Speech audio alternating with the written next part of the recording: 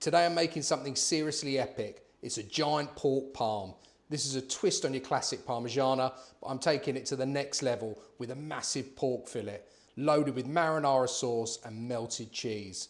It's perfect for feeding a crowd, and even better if you just fancy making yourself a show-stopping meal. I hope you're all well. Welcome back to It's Cooking Good. We're going to start off by making the marinara sauce because this needs to reduce down. This needs to be quite thick and it's going to cook for about 20 to 25 minutes. So pan on the heat, and I've just got some olive oil here. Dash in the pan and some garlic, 2 cloves of garlic, which have just been sliced. We just want to cook that down for a minute or so. Okay, so our garlic is done. I'm now going to add in a tin of tomatoes, chopped tomatoes. I like the Muti brand, but use whatever chopped tomatoes you have. Straight into the pan. To that, some oregano, a pinch, and a good pinch of sugar. Pinch of salt. Just turn that down. And a couple of grinds of your peppermill. And that is now going to cook with the lid on for about 20 minutes. As I say, we just want to reduce that down so it's a thick sauce. So while our marinara sauce is reducing down, we can crack on with our pork fillet. And here I've got it's just over ½ a kilo of pork fillet. Get them from any supermarket. And I've said this before, they're so cheap. This was £3 for just over ½ a kilo. It's a lot of meat and it's such a tender cut. Contrary to belief, it's actually very, very healthy because it's such a lean cut. And I don't think we eat enough of it. Anyway, what we need to do is just fillet this out now. So we're just going to use a sharp knife and make a nice incision here. I'll try and keep my hands out of shot as much as I can. I forgot to say, you want to trim this up. So if it's got any sinew and stuff on it, just try and trim that up. This one actually was very, very clean. So again, just let the weight of the knife glide through. Don't worry about if it's not all in one piece. It's absolutely fine because we're going to be hammering this out. When I'm talking about sinew, that's what I mean, this bit here. I've trimmed it up. I'm pretty happy with this one, to be fair, but we can always trim it up afterwards once we've hammered it out. In fact, sometimes that's a lot easier. So again, I'm just going to use that knife, glide through, just enveloping it open, really. That's it. And I think that's fine. That's as good as we need.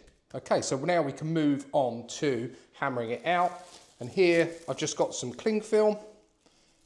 And again, if you've got a mallet, one of these, great, use that. If not, a rolling pin works perfectly well. And I'm just going to crack on with this. Okay, that looks done to me. Happy with that. Get rid of our cling film. Here I've got some plain flour. I just want to season it up with some salt and pepper. Just got some cracked black pepper here. So I'm running out of space up here. So just a good few turns of that pepper mill.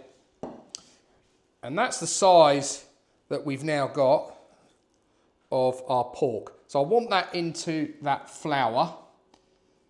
We can now bring that up here. Wipe my hands, get some more flour, just need to make sure it's coated all over nicely.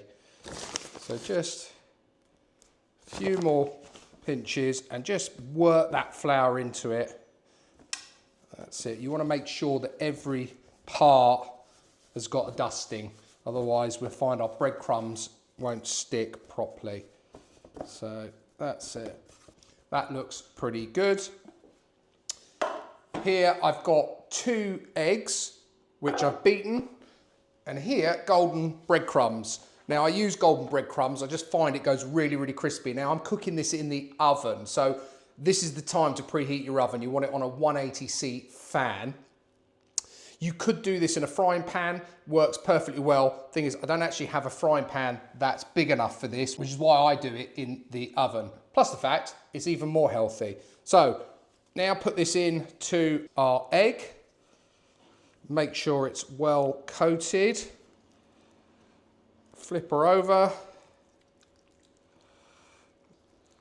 That's it. Lift it up. Just drain off any excess egg there. It's a beast. And then into our golden breadcrumbs. Again, just pat it down. Okay, I'm just going to wipe my hands. I've got some more breadcrumbs here. I'm using Tesco's own breadcrumbs. Use whichever ones you can get your hands on. And I just find this easier to put some more over the top. Stops my hands sticking to it. That's it. And give it a good push down. That's it. Make sure it's nicely covered all over. Okay, that looks done to me. Get rid of our egg mixture.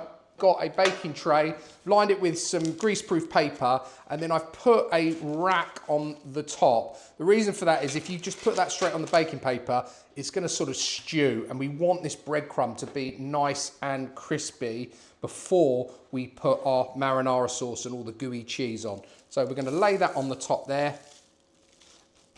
That's it. If you see any spots that need a bit more breadcrumb at this stage, just patch it up. That's it. But this looks pretty good to me. Okay, that's going to go into the oven now. 180C fan, as I said, for 15 minutes. Our pork's had its initial cook. It's come out really well. Happy with that. It's got a nice crisp to it, which is exactly what we are looking for. Let's coat it up with our tomato sauce. Hopefully you can see that, how much this has thickened up.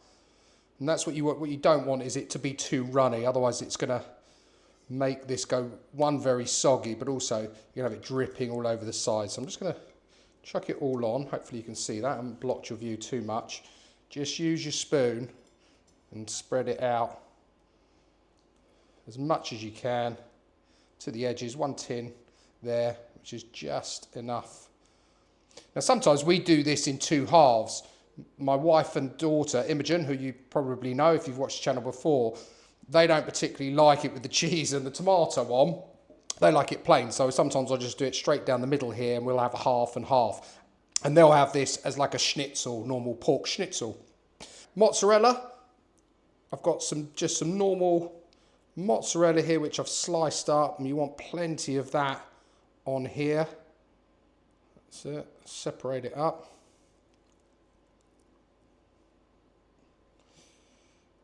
Get it a good covering. Got some nice big bits there. This isn't for the faint-hearted, this. You know, you might want to check with your doctor first before you eat this one, that's for sure. I'd say that's pretty good. I don't think we need much more than that. Mozzarella cheese. Just grated some here again over the top of the mozzarella. And like lashings of it. And then I just like to finish it off with a further pinch of oregano. Looks a bit like a pizza, doesn't it? And there we have it. Back into the oven now, 180C fan. I'm going to put mine in for approximately 5 minutes. I'm going to eyeball it. I just want to make sure that that cheese is nicely melted. Then we can give it a try. So there we have it, my giant pork parm. Smells absolutely divine. Cannot wait to tuck into this one. So that's exactly what I'm going to do. So let's cut in a nice little piece here. Nice piece off the corner here. Cuts through there, no problem at all. Let's give it a try.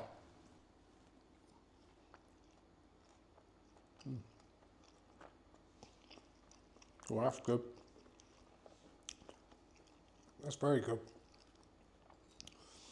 That is a little bit of me. It feels naughty, but that's probably because it is. A lot of cheese on there. But the pork is lean. We cooked it in the oven. And I actually only used half a tub of those golden breadcrumbs. So relatively healthy. Put it this way, I will probably be having this with a salad this evening rather than a plate of pasta. But this does feed quite a few people. It's really economical. Work this out. It was under £7 to make this. I got the mozzarella on offer as did I with the breadcrumbs. Obviously the pork fillet, as you know, is cheap anyway. We serve it either in quarters, slices, or we'll just like pizza slices, or we'll just slice it up. So it actually goes a long way and is very delicious. I'm pretty sure if you serve this at home, either to friends, family, whoever, they would be delighted. Guys, really appreciate you tuning in and watching through to the very, very end. If you're new to the channel and you like the content, please do consider subscribing by hitting the subscribe button. Please do also like and share. It does really help the channel, and somehow apparently it helps the algorithm to know where to send my videos to. So I'd very much appreciate that. If you've got a recipe that you'd like me to cook, please do let me know down in the comments and I will try my best to replicate it for you. I'll put all of the details of today's giant pork parm down below in the description as always. And all that's left for me to say until next time is it's cooking good.